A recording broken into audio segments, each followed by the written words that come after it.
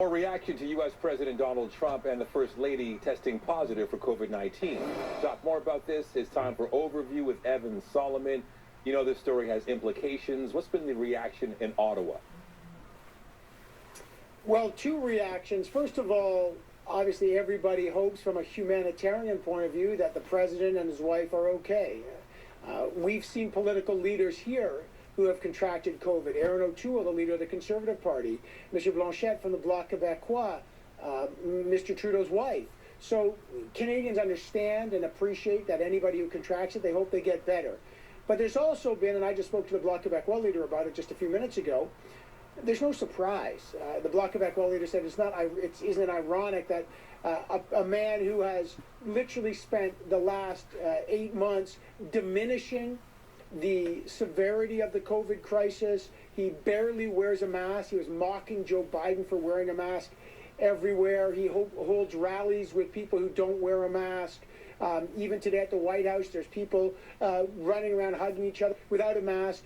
And so there's no surprise that this has happened. It's not a good story, but it's not a surprising story.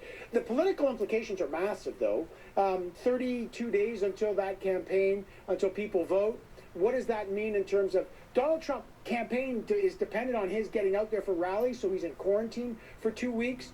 What will it mean for mail-in ballots? This is a massive issue. Donald Trump has been saying with actually no basis in fact that the mail-in ballots are dangerous and fraudulent. And then finally, there's two paths for this, and no one knows where the president will go. Path one, hoping that he doesn't get too sick, is this kind of changes his entire view and U.S. policy on COVID-19, and they start wearing masks and being significantly less reckless about it.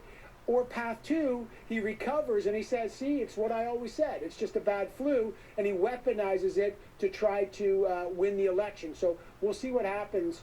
But again, it's a personal health crisis, and we hope he is not too sick. And what about the mass number of announcements coming from Ottawa and the criticism as well? Look, like everybody else, we're in a massive second wave. The numbers are shocking. They're dangerous. New rules about restrictions in Ontario and Quebec every day. And meantime, Ottawa is spending billions and billions of dollars extending all those programs they once hoped to taper or wind down. The wage subsidy, an enhanced EI, a suite of new programs. A lot of businesses are now waiting for the federal government to extend the commercial rent program, which they have to work with the provinces. That was up on Thursday.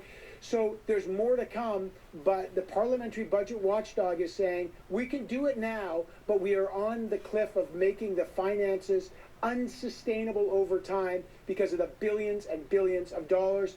But everyone's looking around saying at this moment, we still need it, but we also need transparency. All right, thank you, Evan. And a reminder to join Evan on Sunday for CTV's Question Period and weeknights for Power Play on CTV News Channel. And we are giving you another live shot of Washington. This is Marine One. It has just landed at Walter Reed Medical Center. U.S. President Donald Trump was put on the chopper moments ago. We learned this morning he tested positive for COVID-19, and he is now being transported. He has now arrived at Walter Reed Medical Center out of an abundance of caution following the news that he has tested positive for COVID-19. We will continue to follow this story and have more when it is available.